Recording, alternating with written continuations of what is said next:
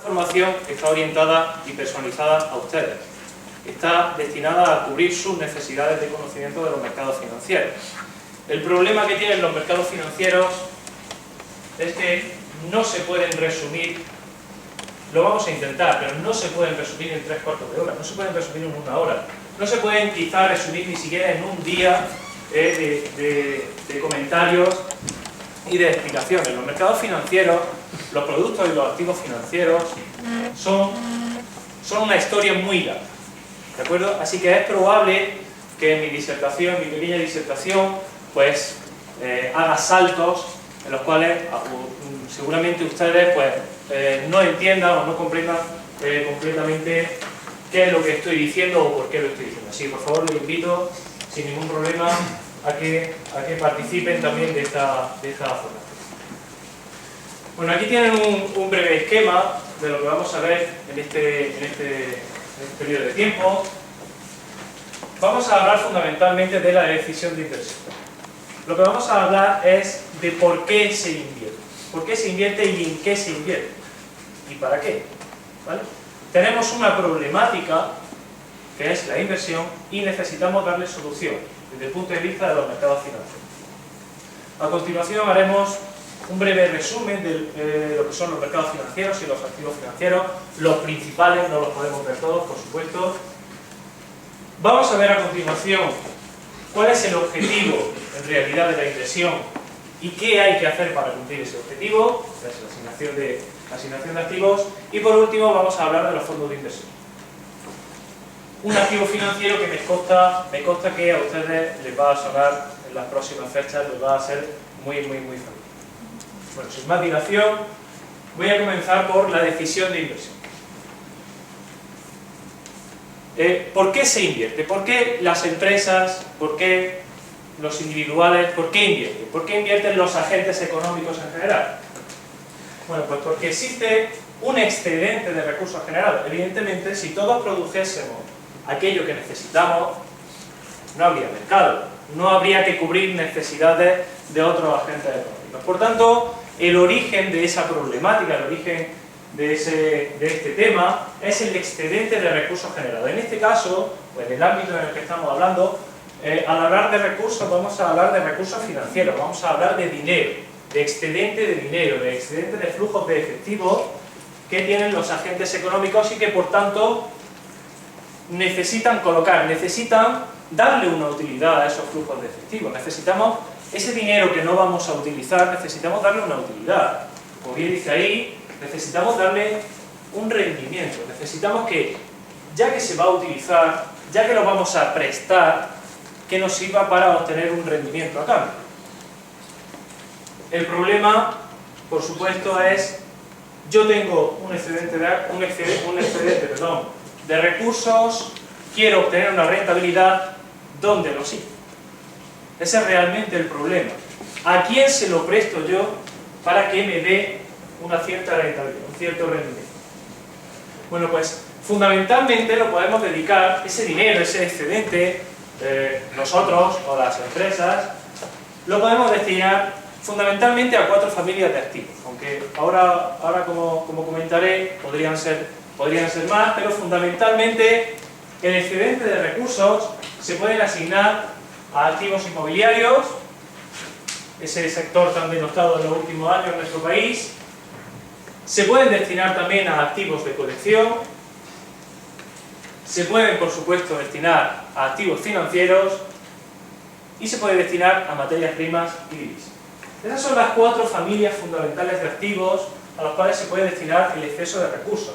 Quizá podríamos añadir 2 más, que no están aquí contemplados porque su rendimiento no es tan claro, pero sí podríamos añadir, por ejemplo, bueno, pues si yo tengo un excedente de recursos y tengo una necesidad de formación, puedo dedicar mis recursos a formación. De hecho, es una rentabilidad que no se ve a corto plazo, pero que a largo plazo es indudable que la formación crea valor para aquella persona que la recibe. También podríamos dedicar los recursos generados a montar una empresa, a crear una empresa desde cero con esos recursos excedentes. Bueno, nosotros nos vamos a centrar fundamentalmente, y por eso este curso, esta charla, en los activos financieros. ¿Por qué se llaman activos financieros? Bueno, porque se trata de activos, se trata de productos que sirven para financiar proyectos. Fundamentalmente, a lo que se dedica esos recursos, ese excedente de recursos, es a la financiación de empresas. Es a colocar ese dinero, a colocar ese excedente hacia aquellos agentes económicos que necesitan esos flujos de dinero. Fundamentalmente las empresas, la financiación de una empresa procede de dos vías. Bien los recursos propios, es decir, el dinero aportado por sus dueños, por sus propietarios, en el caso de las sociedades anónimas, como todos sabemos, son las acciones. Y una empresa también se puede financiar desde el punto de vista de la deuda. ¿De acuerdo? La deuda puede tener también dos vías. Puede ser una deuda emitida por un banco o concedida por una entidad financiera, como por ejemplo puede ser un préstamo, pero el endeudamiento, aquí en España y en el resto de países del mundo casi suele seguir la misma fórmula. Hay empresas, hay determinadas formas societarias que pueden emitir deuda. ¿De acuerdo? Con lo cual la deuda puede ser procedente del exterior, emitida por el exterior, emitida por una entidad financiera o emitida por la propia empresa. La empresa, prácticamente todas las empresas pueden emitir pagarés, pero como les decía, no todas las empresas pueden emitir, por ejemplo, obligaciones. ¿De acuerdo?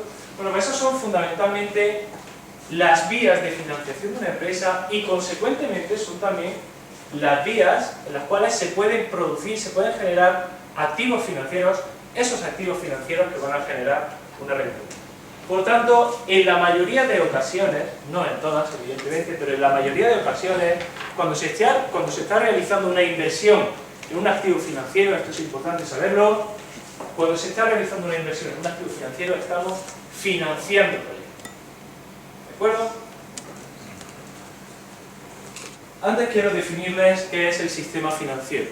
No les voy a aburrir con definiciones, no les voy a aburrir con tesis, con hipótesis. Lo que sí les quiero remarcar esta definición porque me parece fundamental los tres términos que contiene esta definición. El sistema financiero en general es el conjunto de mediadores, es el conjunto de intermediarios que existe o que están entre los ahorradores y los inversores, entre los que tienen un excedente de recursos y los que tienen un déficit de recursos. La finalidad del sistema financiero es ofrecer a esos ahorradores, a esos agentes con superávit, ofrecer unas condiciones satisfactorias, y aquí viene lo importante, de seguridad, liquidez y rendimiento. Cuando se realiza una inversión financiera, hay que cumplir o hay que tener en cuenta estos tres factores. Volveré sobre ellos a continuación, pero quiero que los tengan en mente. Seguridad de la inversión, liquidez de la inversión y rendimiento que va a generar esa inversión. Así que el sistema financiero pues sirve para que el ahorro se canalice a través de ese propio sistema y que pueda ser ofrecido a esos demandantes de recursos. Esos demandantes de recursos, esas empresas o esos particulares, a los cuales también hay que ofrecerle esa financiación de la forma en que ellos necesitan, en forma de cantidad, de plazo y de precio. ¿De acuerdo? El sistema financiero lo que hace es adaptar las necesidades de los ahorradores con las necesidades financieras de las empresas. ¿Vale? Bueno, fundamentalmente ahí tienen a continuación el esquema. Tenemos las unidades con superávit, las unidades con exceso de recursos y las unidades con déficit de recursos. Aquí tenemos los agentes ahorradores y los agentes inversores. Hay dos formas de que se pongan de acuerdo los agentes ahorradores y los agentes inversores, y es de forma directa. Si yo conozco a alguien, conozco a alguna empresa que tenga una necesidad financiera, puedo concederle mis recursos a cambio de un determinado activo financiero. Pero esto no es lo más común. ¿Por qué? Porque, como decíamos, hay que poner de acuerdo las necesidades de las unidades con superávit y las unidades con déficit. Y las necesidades de ambos rara vez casan, rara vez coinciden en plazo, en forma, etc. Por tanto, es fundamental la presencia de los intermediarios financieros, que realizan dos labores. Uno, ponen en contacto indirecto, a las dos unidades y además son capaces de transformar los recursos y transformar los activos de tal forma que sí puedan casarse, sí puedan coincidir las necesidades de unos y las necesidades de otros. ¿Vale? Dentro de estos intermediarios financieros, dentro de este sistema financiero, pues tenemos todas las entidades financieras conocidas: bancos, cajas, brokers y ustedes las entidades aseguradoras, por supuesto. Una breve definición para continuar. La definición de mercado financiero. ¿Qué es un mercado financiero? Un mercado financiero es un lugar, un mecanismo y un procedimiento a través del cual se intercambian activos financieros y se fijan sus precios. Si ustedes le quitan la etiqueta de financiero, la definición se adecua a lo que es un mercado. ¿Qué es un mercado? No es ni más ni menos que un sitio donde se intercambia dinero por bienes, ¿verdad? Bueno, pues un mercado financiero es exactamente lo mismo. Se intercambia dinero por bienes. ¿Pero qué bienes? En este caso son activos financieros.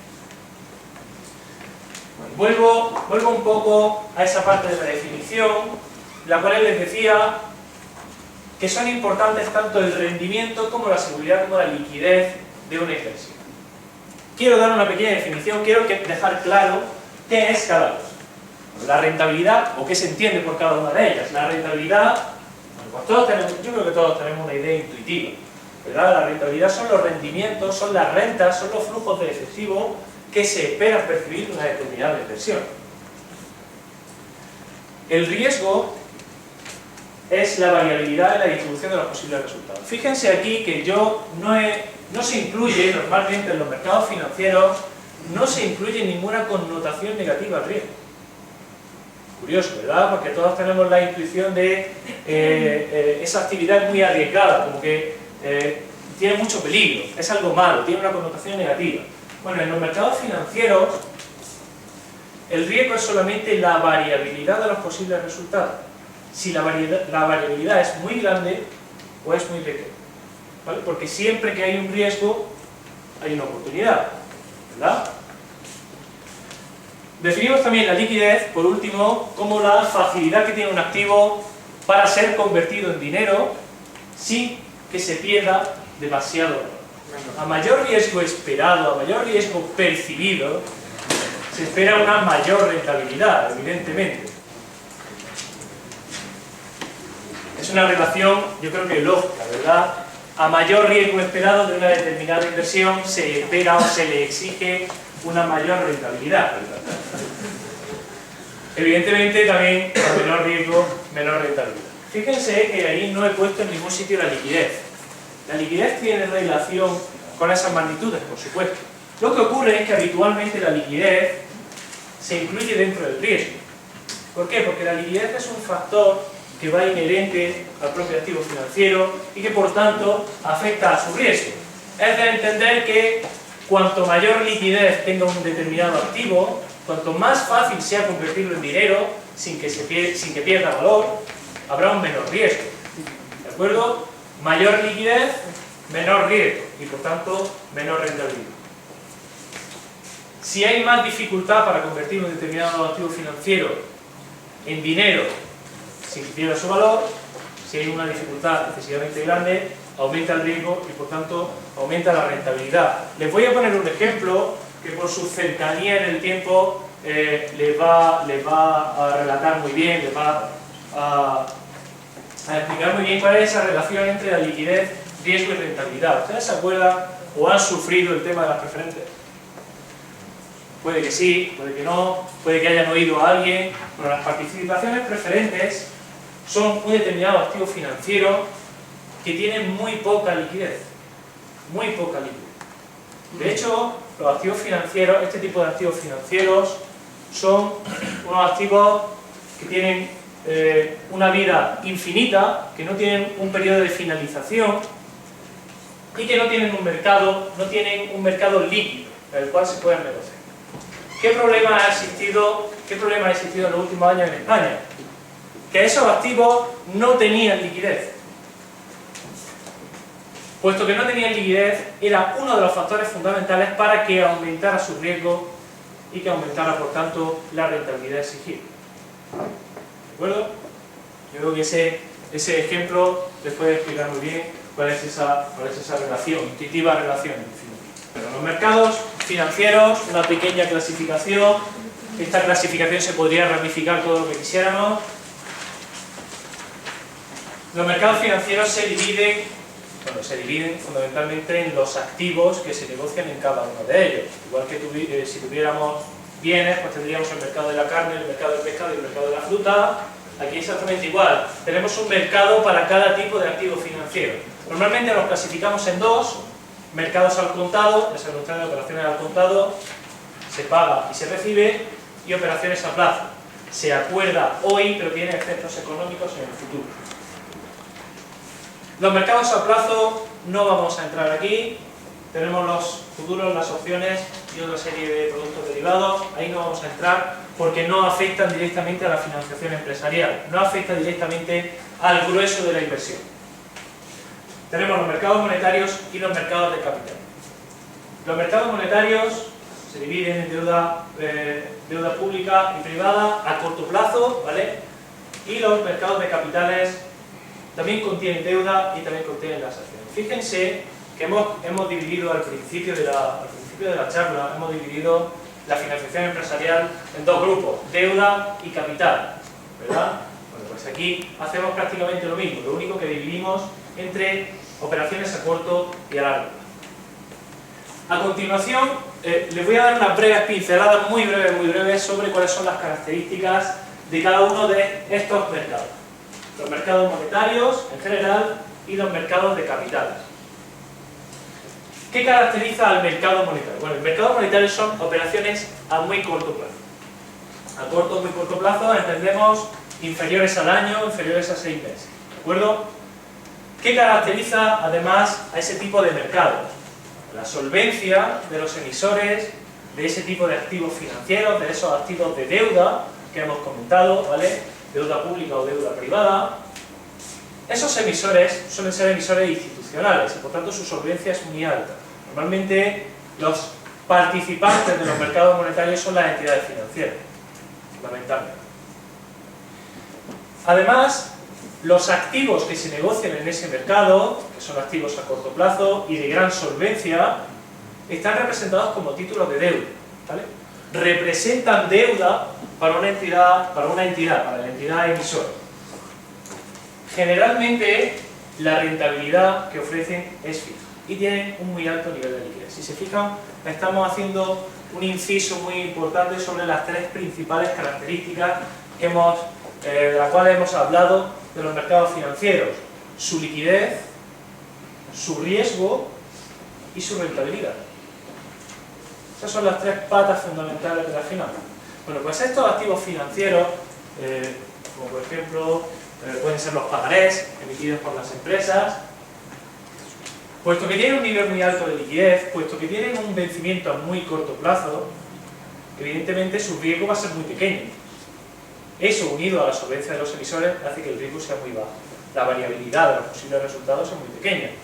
Y por tanto, la rentabilidad, que será fija, será también muy pequeña. ¿De acuerdo? Ahora les pongo un ejemplo. Fundamentalmente, ¿cómo se obtiene rentabilidad de un activo del mercado monetario? Bueno, pues aquí, esto es un esquema temporal. Este es el momento de adquisición, este es el momento de vencimiento. La rentabilidad de un activo de este tipo procede de la diferencia, fundamentalmente de la diferencia entre el precio de compra y el valor nominal, es decir, su valor a vencimiento. ¿De acuerdo? El precio de compra y valor nominal a vencimiento, o si se vende antes, precio de compra y precio de venta. ¿De acuerdo? No hay ningún otro flujo de efectivo intermedio que proporcione rentabilidad a este tipo de activos. Solamente precio de compra y amortización o precio de venta. Ejemplos de este tipo de activos del mercado monetario.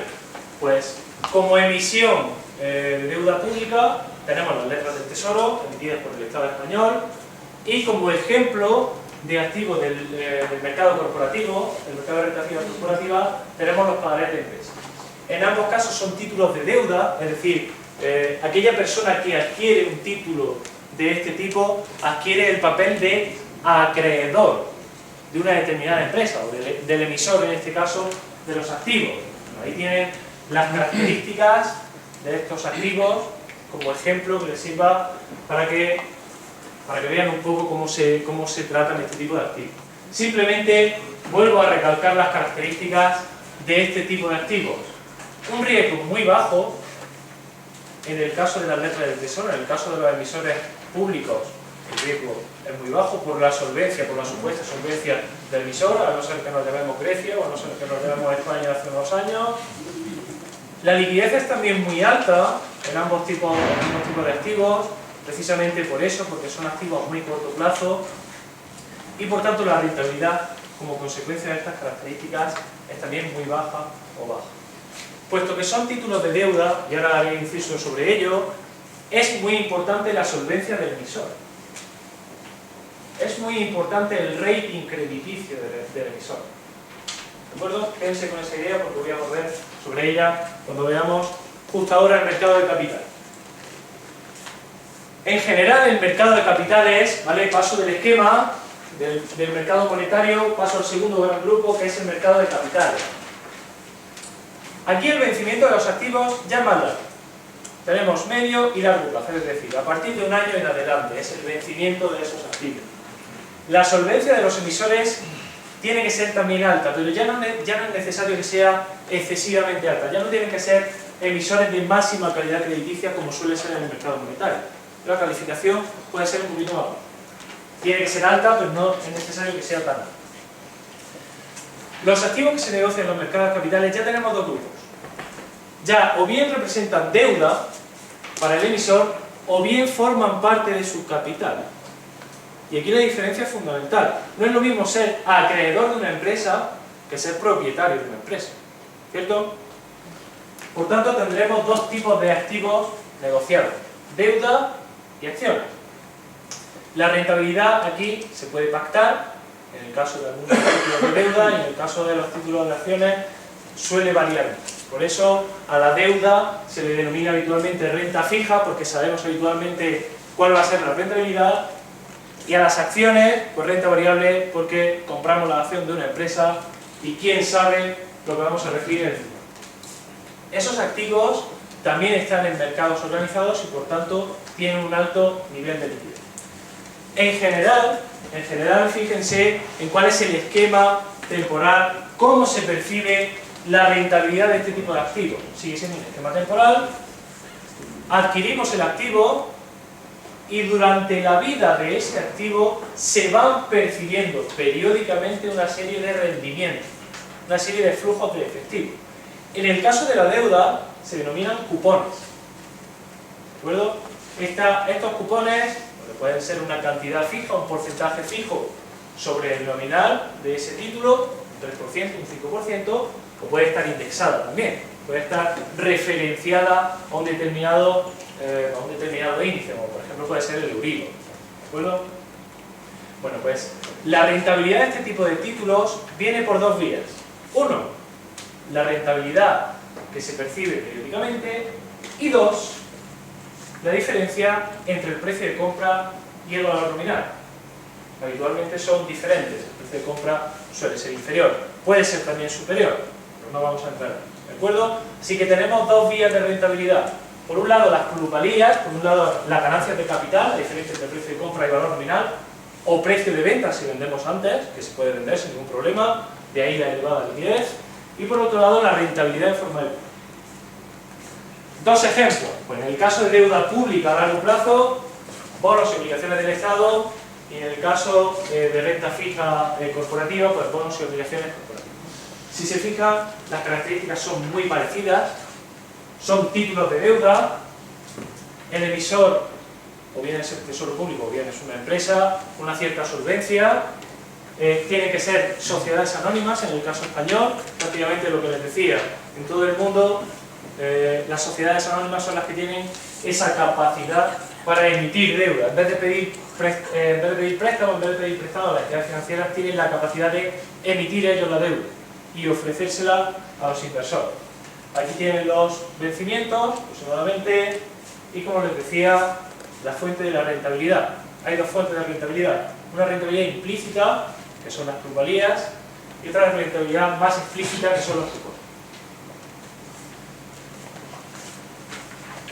Con relación a las tres características que estábamos viendo, el riesgo en los bonos y obligaciones del Estado, a día de hoy, estoy hablando a día de hoy, si esta charla la hubiéramos hecho hace 4 o 5 años, habría cambiado totalmente la percepción de riesgo, de liquidez y de rentabilidad de los bonos y obligaciones del Estado. Estoy hablando del Estado español, ¿de acuerdo? A día de hoy el riesgo es bajo o muy bajo, de hecho se está financiando el Estado español, como ustedes saben, a tipos de interés negativos, es decir, no tiene que pagar intereses, sino que concede financiación y además le tienen que pagar, cosa hasta ahora nunca vista. La liquidez es también muy alta y la rentabilidad va a ser también baja, como consecuencia de ese bajo riesgo y esa elevada liquidez. ¿De acuerdo? Con respecto a los bonos y obligaciones corporativas, depende. ¿Vale? Depende de los emisores. Depende, como les decía anteriormente, de la capacidad de devolución de deuda del rating crediticio de esas empresas. Ahí tienen también, porque me parecía interesante, porque se habla mucho del rating crediticio, se habla mucho de la capacidad de devolución de deuda de las empresas. Básicamente, estos son los ratings que aportan las tres entidades calificadoras principales del mundo, Standard & Poor's, Fitch y Moody's. Como ven, llaman a la misma, prácticamente a las mismas categorías, tienen nombres diferentes, pero básicamente es lo mismo, es el mismo perro, pero le cambian el collar, supongo que por diferenciarse, ¿vale? Por aquello de la competencia. Van desde una calificación de AAA, que es la máxima solvencia, la máxima capacidad de devolución de deuda, hasta el default, que no son capaces de atender en este momento, en este preciso instante, las deudas que tienen. También es muy típico escuchar dentro de la deuda, cuando se opera en deuda, grado de inversión y grado especulativo. Si ustedes escuchan esos términos, cuando se hable de renta fija, cuando se hable de emisiones de deuda con grado de inversión, significa deudas de entidades que son solventes. Con mayor o menor grado de solvencia, pero son entidades solventes al final. El grado especulativo, pues aquí entraría, por ejemplo, como les decía, la deuda libre. ¿Vale? Es una deuda que aporta cupones, que aporta rentabilidad, que aporta valor a vencimiento, pero que no sabemos si nos van a devolver el dinero que hemos pedido prestar. De ahí el problema. Fíjense ustedes la semejanza de las acciones, o del esquema de las acciones, con el esquema de la renta fija. Al final, la forma de rentabilidad, la fuente de rentabilidad de las acciones, de las participaciones en el capital de una empresa, básicamente lo mismo. Tenemos el precio de compra, tenemos la adquisición de esas acciones, tenemos una percepción periódica de unos dividendos y tenemos un precio de venta. Como ya saben ustedes, las acciones no tienen fecha de caducidad y por tanto podemos tener acciones de una determinada empresa hasta que la empresa quiebre, hasta que la empresa desaparezca. Por tanto, la rentabilidad vuelve a venir de dos vías. Bien las plusvalías, como diferencia entre el precio de venta y el precio de compra, y bien también los dividendos. ¿Cuál es el problema o cuál es la dificultad que conllevan las acciones? Bueno, pues que sabemos el precio al cual compramos, pero no sabemos el precio al cual vamos a vender. De hecho, podemos saber el dividendo que va a repartir la empresa como parte de su beneficio que reparte. Podemos saber el dividendo para este año, pero no sabemos el de los próximos años. Porque no conocemos, ni siquiera la empresa misma conoce cuáles serán sus beneficios en los años posteriores. Bueno, fundamentalmente, pues aquí tienen las características de las acciones. Me voy directamente al riesgo, a la liquidez y a la rentabilidad. Riesgo medio o alto, según el emisor de esas acciones, según el propietario. La liquidez es alta porque existen mercados a lo largo de todo el mundo en los cuales se permite negociar acciones nacionales, y la rentabilidad también es media.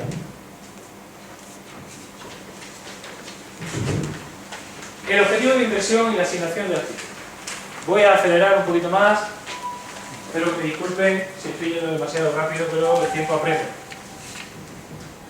Decíamos que había un problema de asignación de activos, es decir, si nosotros necesitamos obtener una cierta rentabilidad para nuestros recursos, ¿a qué lo asignamos? Bueno, pues tenemos que responder, si queremos asignar eficientemente esos recursos, tenemos que responder a tres preguntas. Primero, ¿cuál es nuestro objetivo de rentabilidad? ¿Qué rentabilidad espero yo para mi dinero? ¿O deseo yo para mi dinero? ¿Cuál es el riesgo que estoy dispuesto a asumir para obtener esa rentabilidad? Porque ya conocemos que si queremos una mayor rentabilidad tendremos que asumir un mayor riesgo. Y por último, el horizonte temporal de inversión. ¿Cuánto tiempo deseo yo, cuánto tiempo tengo yo previsto tener mi dinero inmovilizado? ¿Vale? Tener mi dinero invertido. Cuando respondamos a esas mismas respuestas nos van a llevar a un activo financiero. Si nosotros tenemos, por ejemplo, un objetivo de rentabilidad bajo, con un riesgo asumible bajo y con un horizonte temporal corto, nos podemos ir a los activos monetarios, que son los primeros que vimos que cumplen esas características. Si tenemos un objetivo de rentabilidad alto o muy alto, asumimos cualquier riesgo y el horizonte temporal de inversión es a medio o a largo plazo, podemos invertir, por ejemplo, en acciones, podemos invertir en deuda corporativa, ¿vale? Importante, esas tres preguntas, las respuestas a esas tres preguntas son ya las que nos indican los activos financieros y no al revés. No hay que hacerlo al revés. Primero tenemos que responder a esas preguntas, primero tenemos que tener claro cuáles son nuestros objetivos y a continuación adaptar, coger el guante que mejor se adapta a nuestra necesidad de inversión. Bueno, aquí tienen en la siguiente tabla, les doy también la fuente por si lo quieren consultar. Aquí tienen una tabla con la rentabilidad y el riesgo histórico de una serie de activos financieros, ejemplos de los que hemos visto durante toda la exposición, en el mercado norteamericano. He encontrado datos para el mercado norteamericano, para el mercado español es un poco más difícil de encontrar.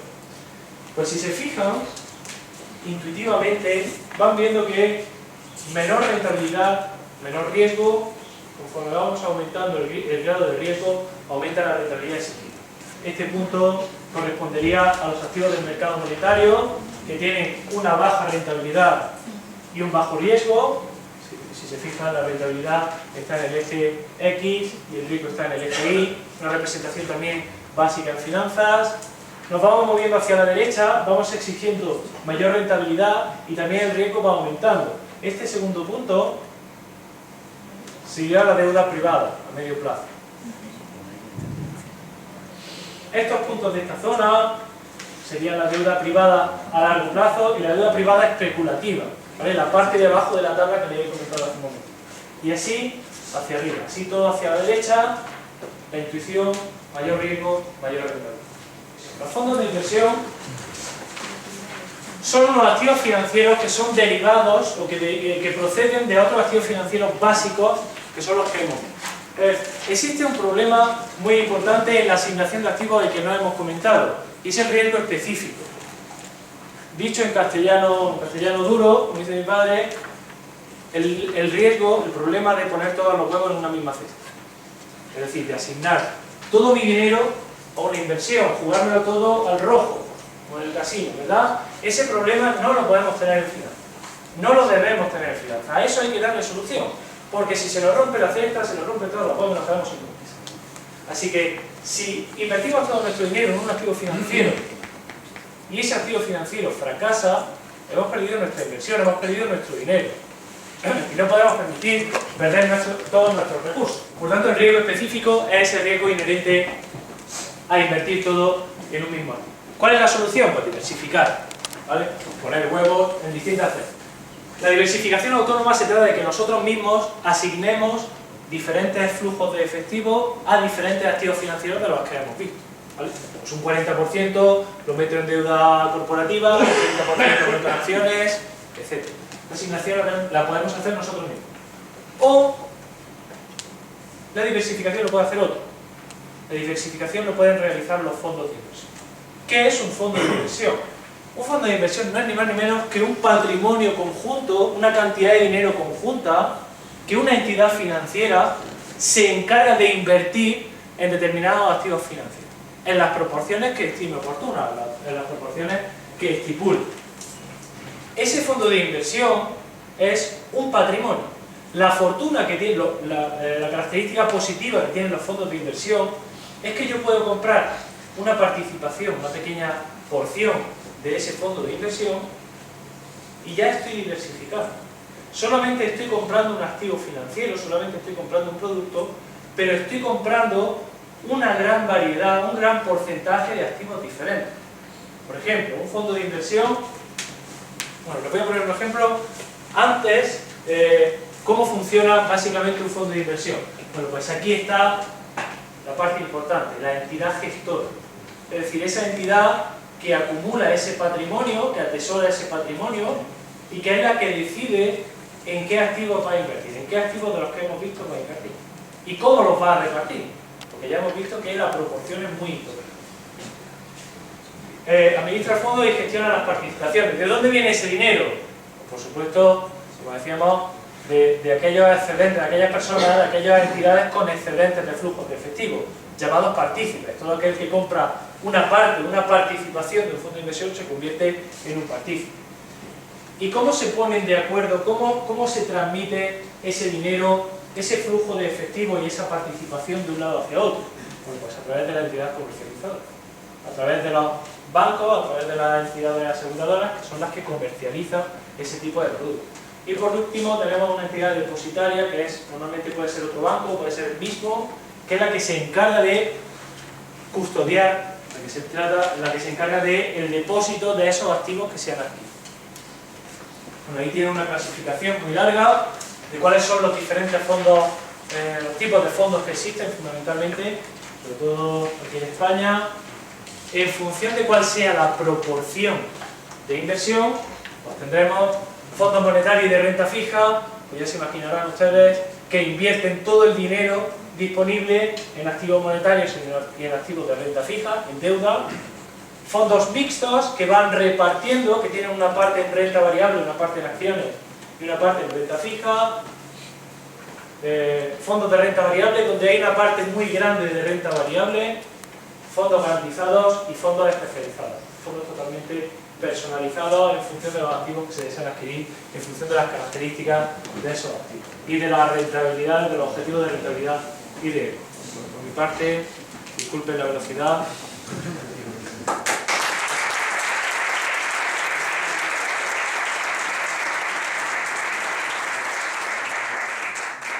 Si tienen 5 minutos, alguna pregunta, un comentario, alguna queja incluso. Hablabas al principio del tema de las preferencias, sí, que hemos sufrido en España de manera extrema. El problema de las preferencias, por lo que comentas y como han comentado, es un producto totalmente legal, pero sí, donde ha estado ha sido en la información que se da. Correcto. No en el producto. Correcto. El problema es que se ha vendido un lobo con una piel de cordero. El problema es que una participación preferente es un activo financiero que es híbrido. Es una mezcla entre capital propio del banco y deuda. Es una cosa ahí que está entre pinto y balcón. El problema es que las entidades comercializadoras son las que han cometido el fallo, no sé si queriendo o sin querer, vamos a pensar que sin querer, y han vendido ese producto como un producto de renta fija, como un depósito, como si fuera un depósito normal y corriente.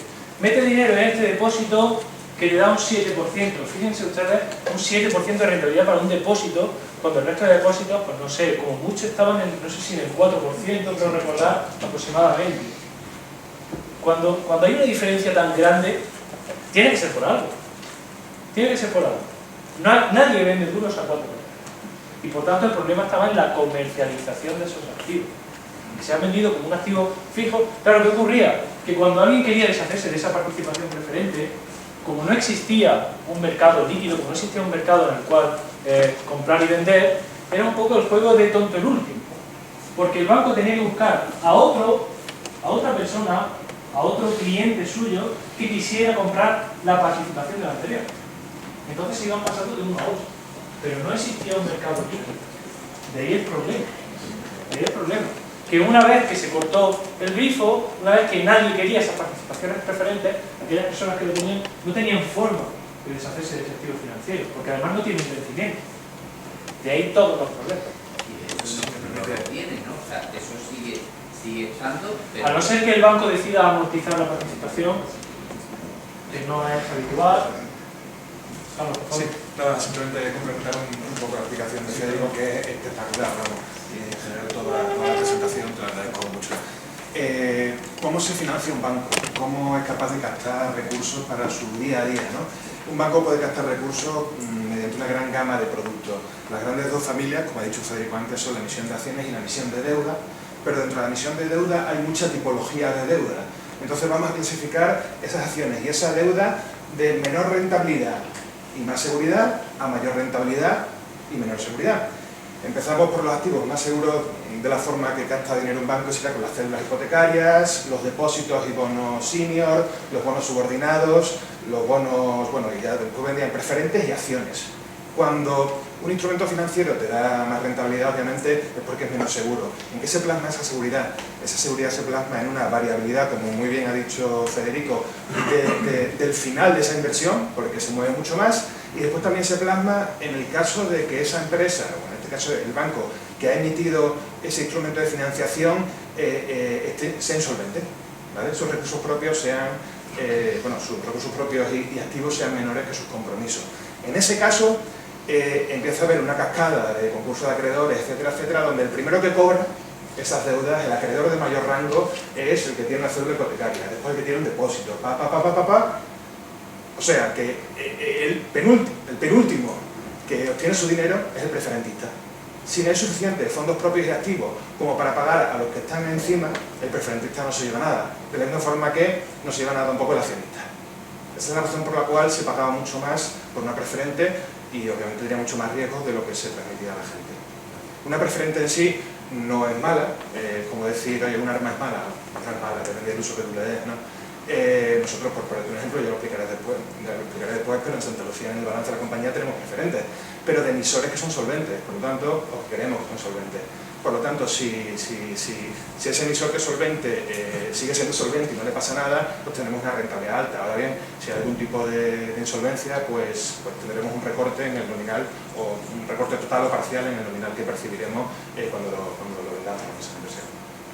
Pero digamos, como muy bien decía Federico, es un lobo vendido con pleno poder, ¿no? Porque te vendía una seguridad y una rentabilidad alta cuando esa seguridad no era. Muchísimas gracias. Gracias.